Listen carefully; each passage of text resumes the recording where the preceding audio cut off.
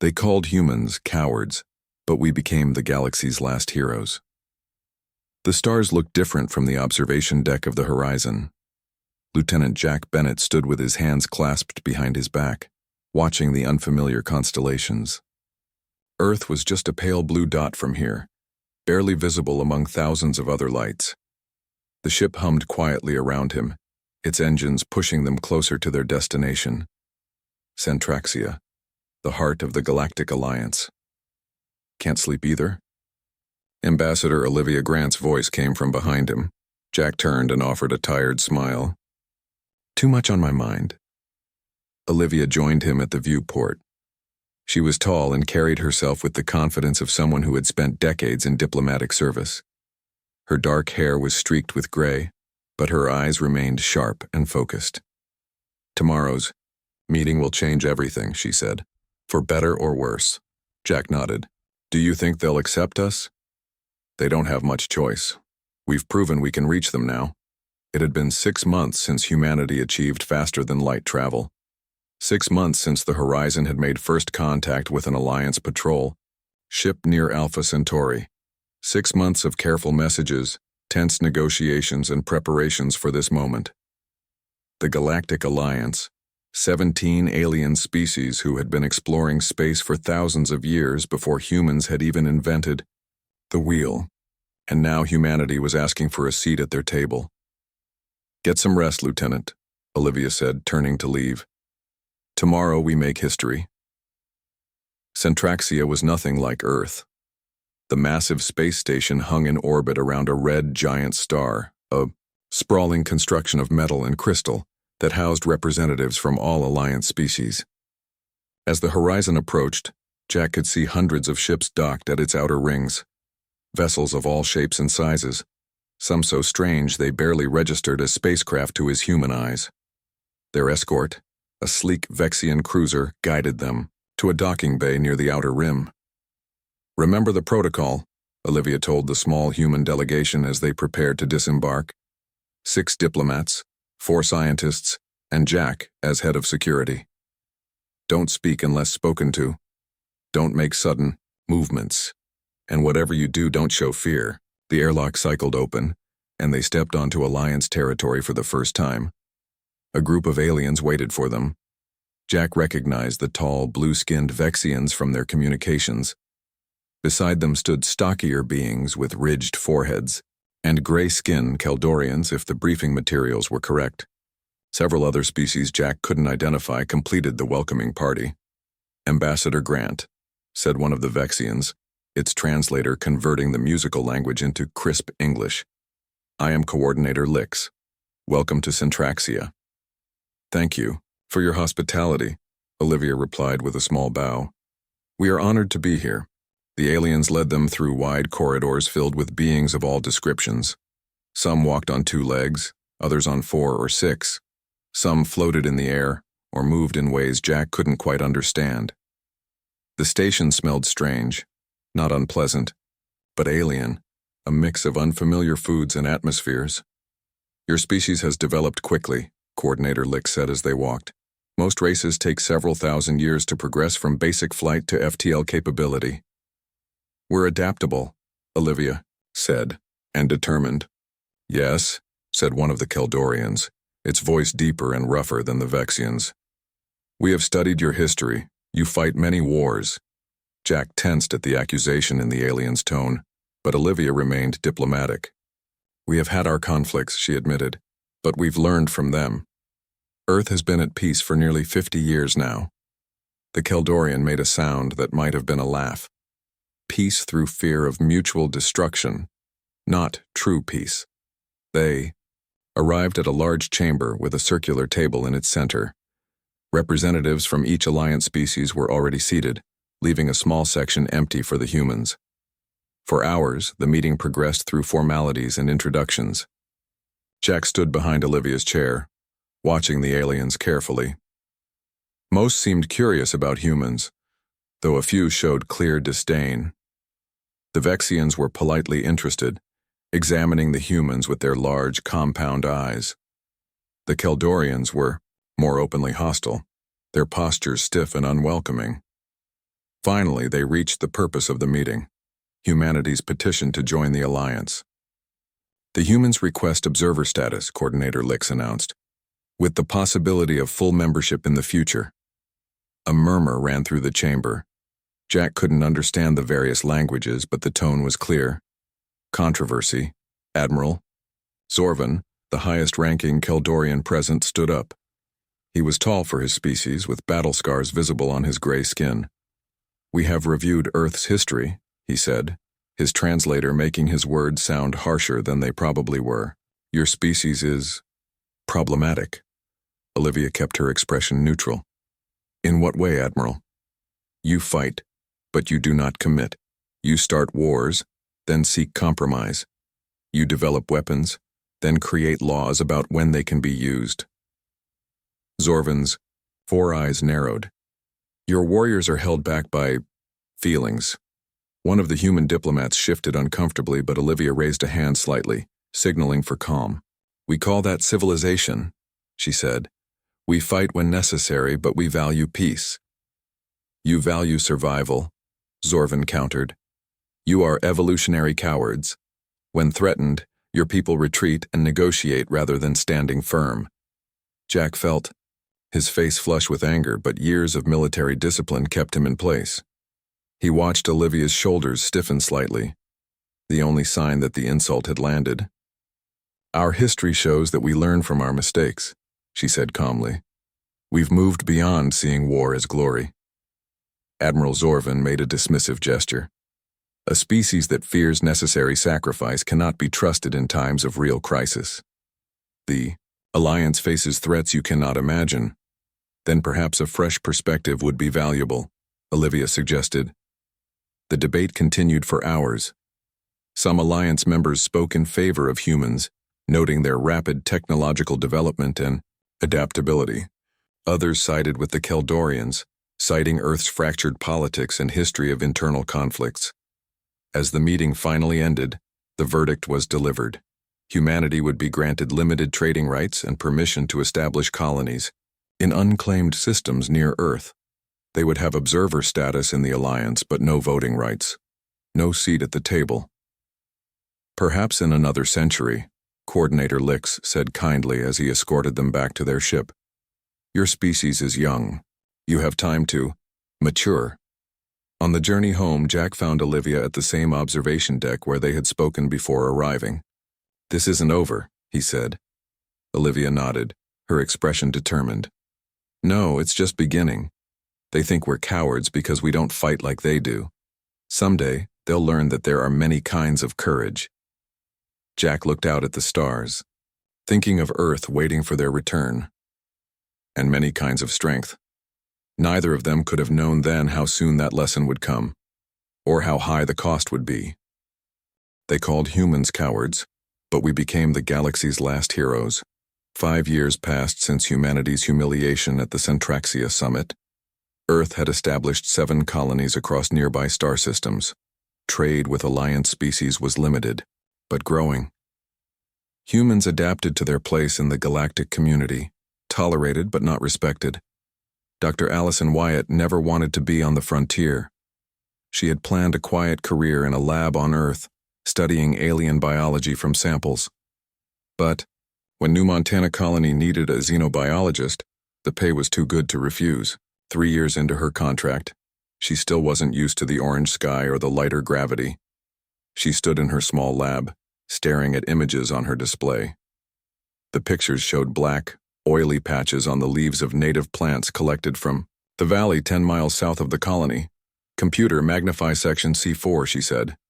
The image zoomed in to reveal tiny structures within the black substance. They looked almost like cells, but their behavior was all wrong. They moved with purpose, communicating somehow. Her comm unit buzzed. "Dr. Wyatt, we've got more reports coming in. The black stuff is spreading north." "I'll be right there," she replied, downloading her findings to her portable unit. Outside, the colony was busy with afternoon activity. New Montana housed about 3,000 people, mostly miners and farmers. A small Alliance trading post operated at the edge of town, run by a pair of Vexians who mostly kept to themselves. Colony Director Sam Peters waited for her at the command center. His weathered face looked grim. "Whatever this stuff is, it's killing everything it touches," he said, pointing to a map where black dots marked sightings. "Started a week ago at the South Ridge. Now it's less than 5 miles from the colony." Allison studied the map. "It's moving too fast to be natural growth and too purposefully." "Some kind of animal, then?" Sam asked. "Maybe. Or something in between." She showed him the magnified images from her lab. "These structures are organizing themselves, growing, splitting, but staying connected somehow." The door opened and Deputy Kyle Wright rushed in. "Sir, we've got a situation at Outpost 3. Everyone's gone." Sam's face paled. "What do you mean, gone?" "The outpost is empty. Equipment's still there, food on the tables.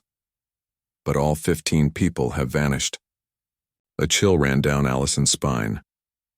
"When did they last check in?" "This morning. Everything was normal." Sam turned to the communications officer. "Contact Alliance Trading Post. Ask if they've seen anything like this before." An hour later, they gathered around a screen showing the 2 Vexian traders. The aliens seemed uncomfortable as they examined Allison's images. "We recognize this pattern," the older Vexian said finally. "It resembles a containment breach from centuries ago. A biological entity known as the Void Swarm." "What is that exactly?" Allison asked. "A collective organism, semi-sentient. It consumes organic matter and converts it into more of itself." Sam leaned forward. "And how dangerous is it?" The Vexians looked at each other. "The historical records indicate it was a minor threat, easily contained by Alliance forces." "Then why do you look worried?" Allison pressed. The younger Vexian spoke, quietly. "Because if this is truly the Void Swarm, it should not be here, and it should not be spreading so quickly." The next day they lost contact with the northern farming settlement. 500 people gone without a trace. By evening, Alliance ships arrived. A small Keldorian vessel and 2 Vexian science craft. Commander Trellix of the Vexians met with colony leadership. His blue skin looked pale under the colony's lights as he reviewed their data. "This is indeed the Void Swarm," he confirmed. "But it has changed, evolved." "How do we stop it?" Sam asked. "Standard protocol calls for orbital bombardment of infected areas." Allison stood up. "That would destroy half the colony's farmland." Commander Trellix blinked his large eyes. "Better to lose farmland than the colony itself." "There must be another way," she insisted. "Let me study it more closely. If it's biological, it has weaknesses." "We don't have time for human caution," said Captain Vroll, the Keldorian commander. "The Alliance contains threats decisively." Sam's eyes narrowed. "This is a human colony. We make the decisions here." "Then make one," Vroll growled, "before it's too late." That night they detected movement at the colony perimeter. Security cameras showed a wave of darkness flowing across the ground, enveloping everything in its path. Plants withered on contact. Small animals were absorbed instantly. "Evacuation protocol," Sam ordered. "Get everyone to the ships." But the swarm moved faster than expected. By dawn, it surrounded the colony on 3 sides. The spaceport remained clear, but for how long? "My ship will depart in 1 hour," Captain Vroll announced. "We have room for 50 humans, the most valuable personnel." "We have 3,000 people here," Sam said through gritted teeth. "Then you should have heeded our warning earlier," Vroll replied coldly. Allison had spent the night in her lab, examining samples collected from the edge of the swarm. She'd made a discovery, one that might buy them time. "The swarm avoids certain compounds," she told Sam while the evacuation continued around them. "Specifically, the nitrogen fertilizer we use on the eastern fields." "So we can create a barrier?" "Maybe more than that. The reaction is quite violent. The swarm cells actually break down on contact." Sam looked at the colony layout. "If we spray the fertilizer in a wide perimeter, we might contain it long enough to evacuate everyone," Allison finished. Captain Vroll scoffed when they presented the plan. "A delaying tactic. The Keldorian way would be to sacrifice the few to save the many." "That's not our way," Sam replied. "The fertilizer was loaded into crop dusters and sprayers. Every vehicle in the colony capable of carrying the solution was put to work, creating a chemical barrier. When the swarm touched the treated areas, it recoiled, its black mass bubbling and disintegrating. As the last evacuation ships prepared to launch, Captain Paul Hernandez arrived from the Tau Ceti colonies with a small fleet of human ships. "We got your distress call," he said. "Came as fast as we could." Hernandez's ships weren't military vessels, just retrofitted cargo haulers and mining craft. But they had enough room for the remaining colonists. Commander Trellix watched the human evacuation with puzzlement. "Your tactics merely delay the inevitable. The swarm will adapt to your chemical." "Maybe," Hernandez agreed as he helped load supplies. "But by then everyone will be safe, and we'll have learned something about fighting it." "Retreat is not victory," Captain Vroll said dismissively. Hernandez smiled grimly. "No, but sometimes it's the first step toward one." As the last ships lifted off, Allison watched the colony through a viewport. The barrier was already failing in places, the swarm learning to overcome the chemical. But every colonist had escaped. Every single one. 2 weeks later, she stood in a briefing room on Earth presenting her findings to United Earth Defense Command. Images of the swarm filled the screens around her. "It's already consumed 2 Alliance worlds," she explained. "Worlds they thought were too minor to mention in their reports to us. And it's spreading." Admiral Alan Carter studied the data grimly. "And the Alliance response?" "Standard doctrine, direct confrontation, orbital bombardment. But the swarm is adapting to their tactics. While our chemical barriers and strategic retreats have saved thousands," Captain Hernandez added. "They still think we're cowards," Allison said quietly. Admiral Carter's eyes were hard as steel. "Let them think what they want. We're going to do what humans do best, adapt and survive, and maybe teach the galaxy a lesson about what courage really means." Outside the window, ships filled the sky as Earth prepared for a war unlike any humans had ever fought. They called humans cowards, but we became the galaxy's last heroes. The situation grew worse over the next year. The void swarm spread through Alliance space like a disease, consuming one world after another. Alliance forces fought bravely, but stubbornly, following battle plans that had worked against other enemies for thousands of years. But the swarm was different.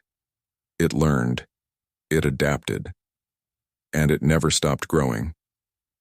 Human colonies faced attacks too, but somehow they held. Not through overwhelming force or glorious last stands, but through early warning systems, quick evacuations, and the steady improvement of Dr. Wyatt's chemical compounds. Dr. Kevin Porter worked in a lab deep beneath the Rocky Mountains on Earth.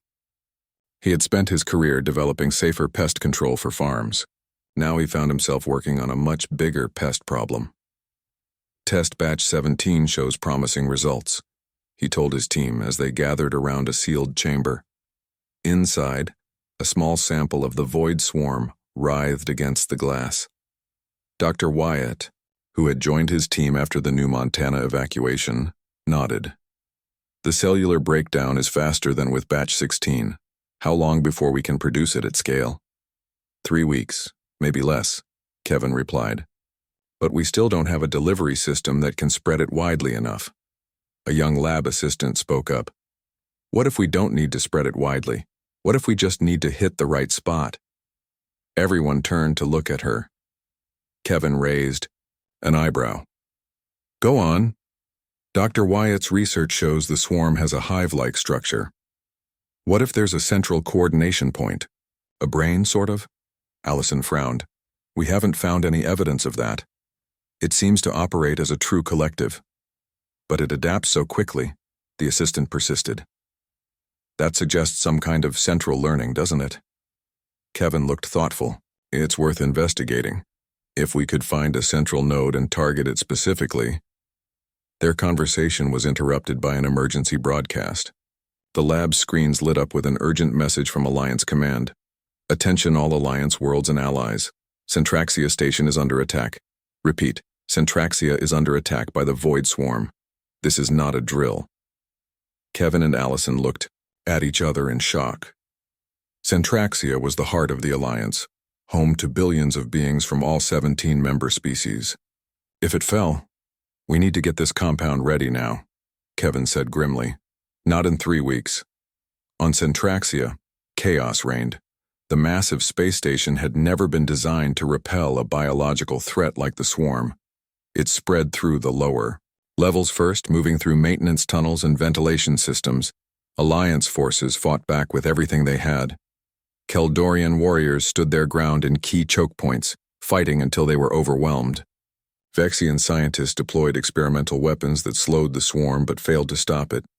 Council chairperson Elzar, the highest-ranking official in the Alliance, watched the battle reports with growing horror from the command center. "How did they break through our defenses so quickly?" he asked. Admiral Zorvan, who had once called humans cowards at that first meeting years ago, looked grim. "The swarm has evolved beyond our models. Our tactics are no longer effective. Then we need new tactics," Elzar insisted. "There is no time to develop new battle doctrine," Zorvan replied. "We must follow the established protocols." But the protocols were failing. Level after level of the station fell to the swarm. The death toll climbed into the millions. Then, unexpectedly, a small fleet of human ships appeared near the station. Leading them was Major Nicole Sanders of the Earth Defense Force. She had been on a diplomatic mission to a nearby Alliance world when the attack began. "Centraxia Station, this is Major Sanders of Earth. We're here to assist with evacuation efforts." "Admiral," Zorvan's face darkened. "We do not retreat. We stand and fight." "With respect, Admiral, you're losing this fight," Nicole replied calmly. "Let us help save who we can." Chairperson Elzar overruled Zorvan's objections. "We accept your assistance, Major." The human ships docked at the upper levels of the station, which were still clear of the swarm.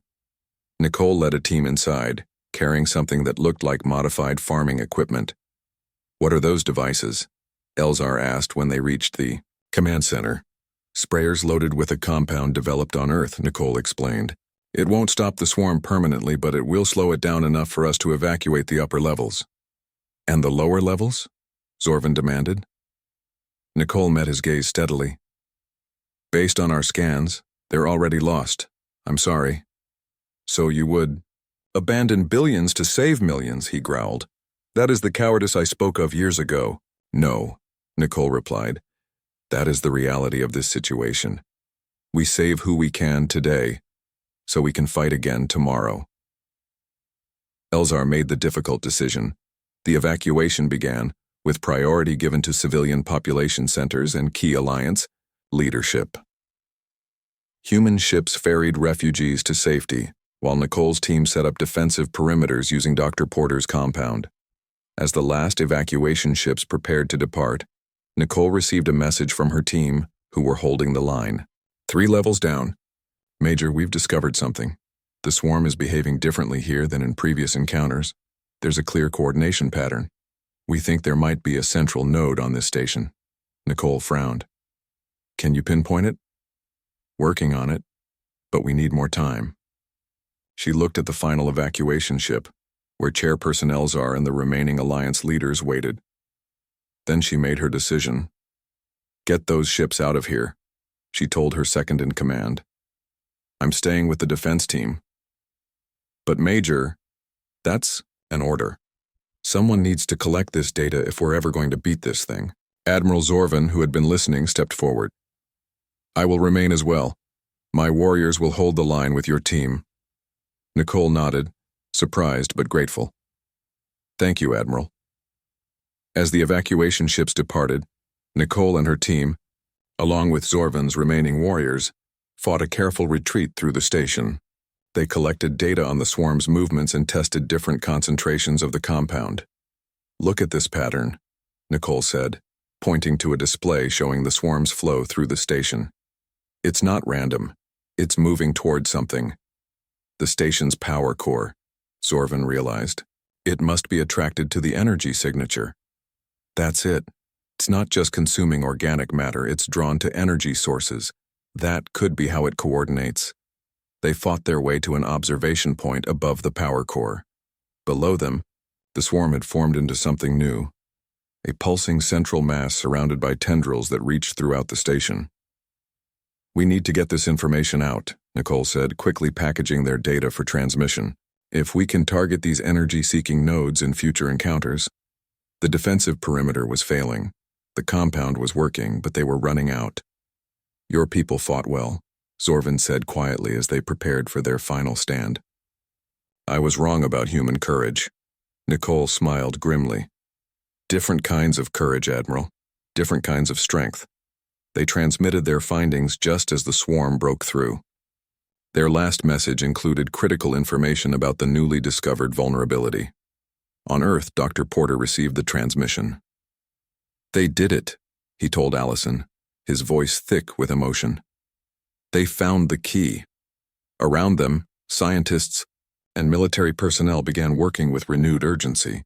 The sacrifice of Nicole Sanders and her team would not be in vain. And in the ships fleeing Centraxia, Chairperson Elzar made a difficult decision. For the first time in the Alliance's history, they would retreat to a human world, to Earth itself. The species that had called humans cowards would now place their survival in human hands. They called humans cowards, but we became the galaxy's last heroes. Earth was not prepared for the flood of refugees. Ships from across the Alliance arrived daily, carrying survivors from Centraxia and other fallen worlds. Temporary settlements sprang up in deserts and plains. Alien beings walked the streets of human cities, still dazed by their losses. Admiral Diane Rogers watched from the window of United Defense Command headquarters as another transport landed at the spaceport below. At 55, she had spent her entire career preparing Earth for possible alien threats. But not like this. Not as a sanctuary. "Admiral, they're ready for you," her aide said from the doorway. Diane nodded and straightened her uniform. Today's meeting would change everything. The conference room held an unusual mix of beings. Human military officers sat alongside Alliance commanders, Earth politicians next to alien diplomats. At the head of the table sat Chairperson Elzar, one of the few Alliance Council members to escape Centraxia. "Thank you all for coming," Diane began. "The situation is grim. In the 3 months since Centraxia fell, the swarm has consumed 7 more worlds. Alliance fleets have suffered heavy losses." A holographic map appeared above the table showing the spread of the swarm across known space. Red markers indicated consumed worlds. Yellow showed those currently under attack. Far too much red. "Our normal tactics have failed," General Krell of the Vexians admitted. His voice was subdued, lacking the usual Vexian confidence. "The swarm adapts to each weapon we deploy, which is why we need a new approach," Diane said. "I've reviewed Major Sanders's final data transmission from Centraxia. Combined with Dr. Porter's research, we've developed what we call the Aegis Protocol." She touched a control, and the hologram changed to show a complex battle plan. It wasn't like any alliance strategy the aliens had seen before. "This doesn't show a path to victory," complained Commander Drixon of the Keldorians. "It appears to be a series of retreats." "Strategic withdrawals," Diane corrected, "combined with targeted strikes against the energy-seeking nodes Major Sanders identified." "You would give up territory willingly?" Drixon asked, his 4 eyes blinking in confusion. "When necessary, yes. Fighting to the last soldier over every planet is exactly what the swarm expects. It's how it's been able to grow so quickly, by consuming your forces." Chairperson Elzar leaned forward. "Explain your approach, Admiral." Diane pointed to different sections of the map. "We establish defensive lines we can actually hold. We deploy Dr. Porter's compound at key choke points. We use small, fast ships for targeted strikes against the swarm's coordination nodes. And when a position becomes indefensible, we withdraw in good order." "There is no honor in retreat," Commander Drixon muttered. "There's no honor in being consumed by the swarm either," Diane replied sharply. "This isn't about glory. It's about survival." Human scientist, Chief Engineer Frank Miller stood up next. He was in his 30s with tired eyes that showed he'd been working nonstop since the crisis began. "We've also developed this," he said, bringing up a new image. "We call it the firebreak system." The hologram showed a network of small devices, scattered across space. Drones and sensor buoys connected to form an early warning grid.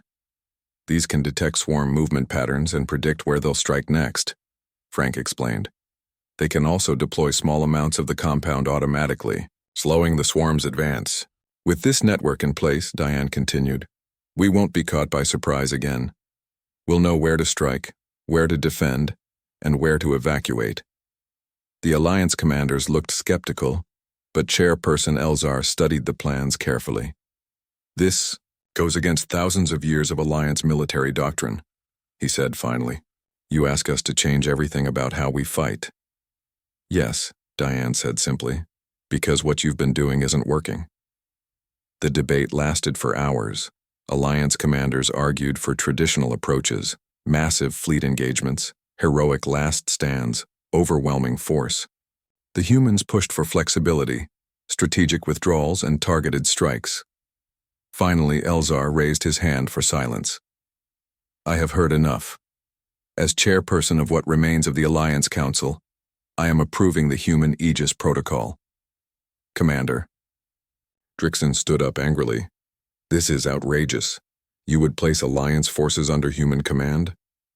I would place our survival in the hands of those who have proven they know how to survive, Elzar replied firmly.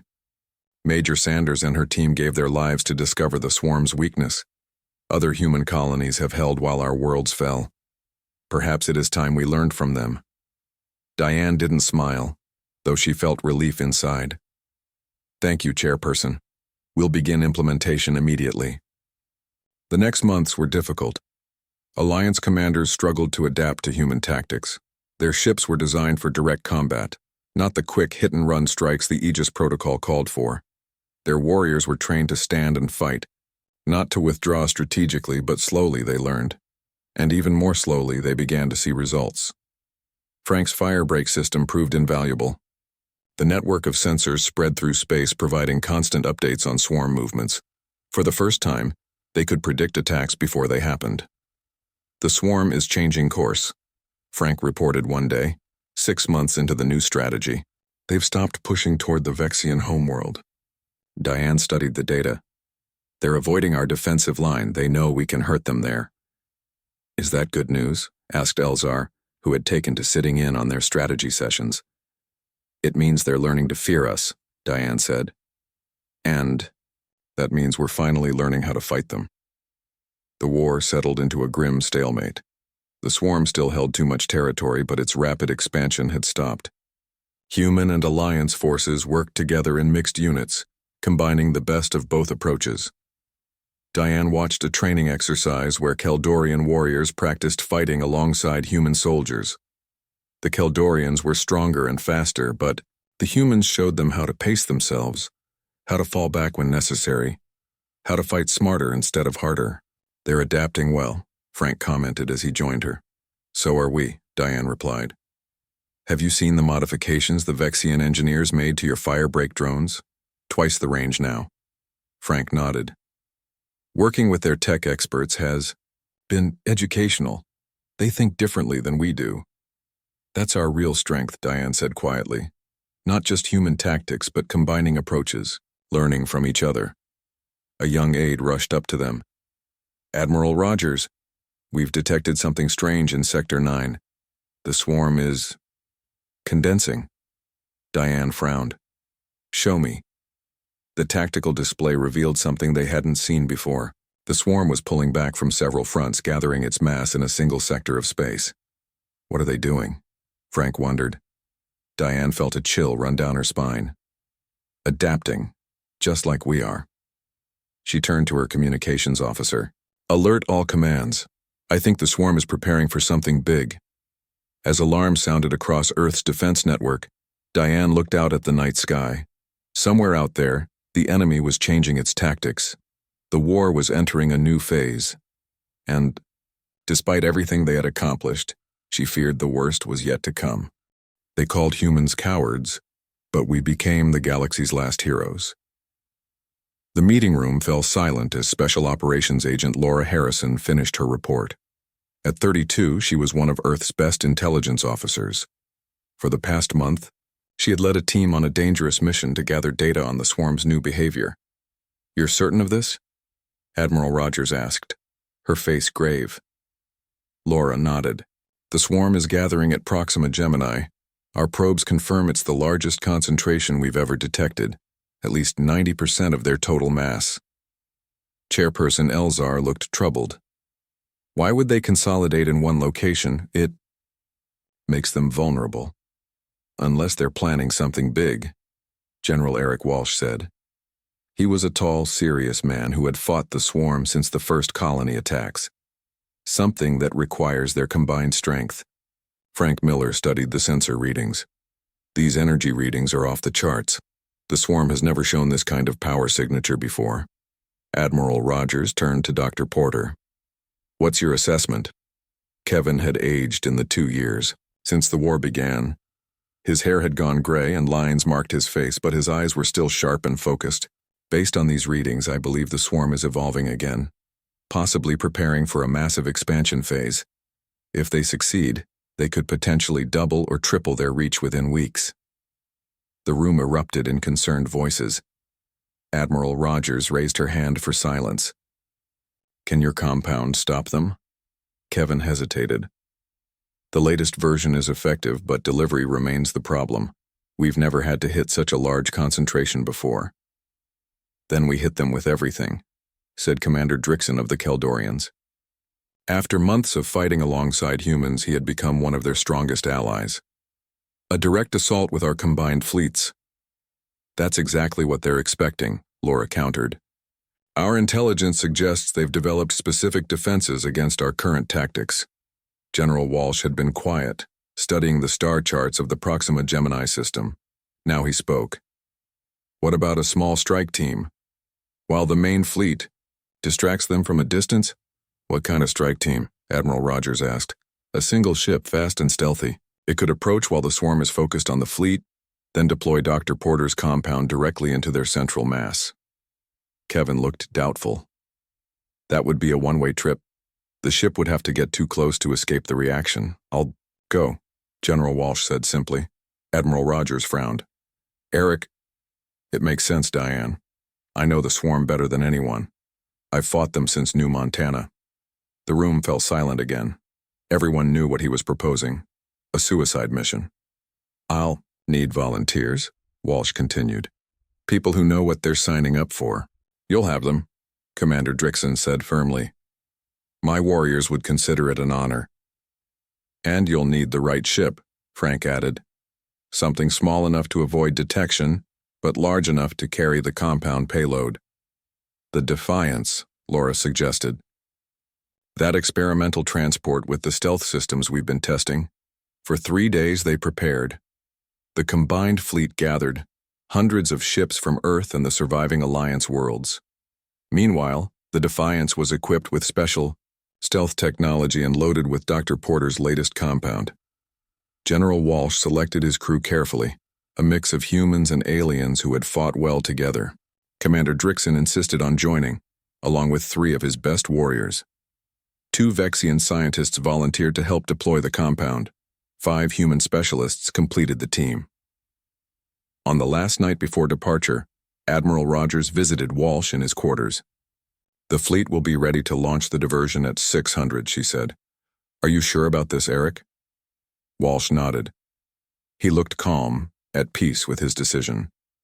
"Someone has to do it. And this is how we win. Not with glory or brute force, but with sacrifice for a purpose. It used to be them calling us cowards," Diane said with a sad smile. "Now you're about to perform the bravest act I've ever known." "Different kinds of courage," Walsh replied, echoing what had become almost a motto among the human forces. "Tell Kevin his compound better work." "It will. He's not sleeping until you launch." The next morning, the fleet jumped to the Proxima Gemini system.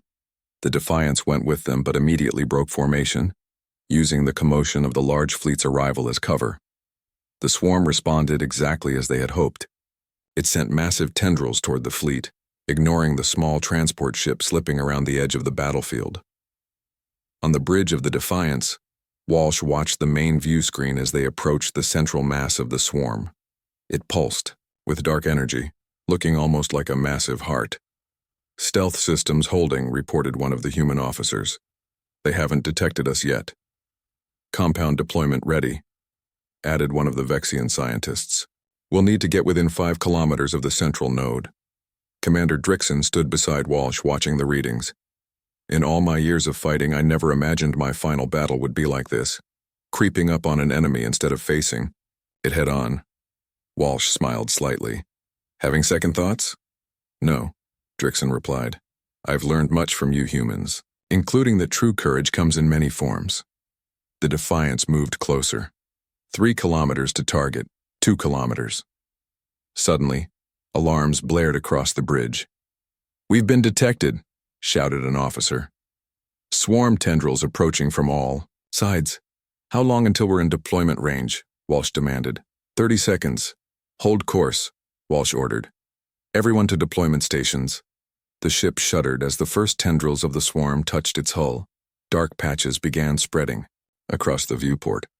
15 seconds to deployment range. Commander Drixon turned to his warriors. "It has been an honor to fight alongside humans. They taught us that sometimes the greatest victory comes from the battle you choose, not the one forced upon you."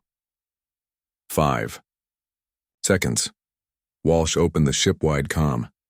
"Deployment team, release the compound on my mark. 3, 2, 1. Mark." The Defiance shuddered again as the compound released, spraying directly into the heart of the swarm. For a moment, nothing seemed to happen. Then the dark mass around them began to convulse. "It's working!" shouted one of the Vexian scientists. "The compound is disrupting their collective intelligence." The ship's systems began to fail as the swarm breached the hull in multiple locations. On the bridge, Walsh continued calmly giving orders, directing the deployment of backup canisters of the compound. His last transmission to the fleet was clear and steady. "Compound deployed successfully. The swarm's central intelligence is breaking down. Finish the job, Admiral. Defiance out." From the fleet, Admiral Rogers watched in awe as the massive swarm began to fragment. Without its central coordination, it split into smaller, disorganized pieces that the fleet could target and destroy. "All ships commence attack pattern Aegis," she ordered, her voice thick with emotion. "Let's finish what they started." The battle lasted for hours, but the outcome was never in doubt. Piece by piece, the swarm was contained and eliminated. 3 months later, representatives from all surviving species gathered on Earth to form a new alliance council. This time, humans were not just observers, but full members. A memorial was placed in what had once been United Defense Command headquarters, now the center of the new alliance. It bore the names of everyone who had been on the Defiance, with General Walsh's name at the top. Beneath the names was an inscription that would become famous throughout the galaxy. "True courage is not found in fearlessness, but in facing fear for a purpose greater than oneself." The humans taught us this, and in doing so became the heroes who saved us all. Admiral Rogers stood before the memorial, remembering her friend. Beside her, Chairperson Elzar looked thoughtful. "We called you cowards once," he said quietly. "We could not have been more wrong." "We were just different," Diane replied. "And in the end, that difference saved us all." Above them, ships from all species filled Earth's skies, no longer refugees, but partners in a new beginning. A galaxy, changed forever by the courage of those they had once dismissed.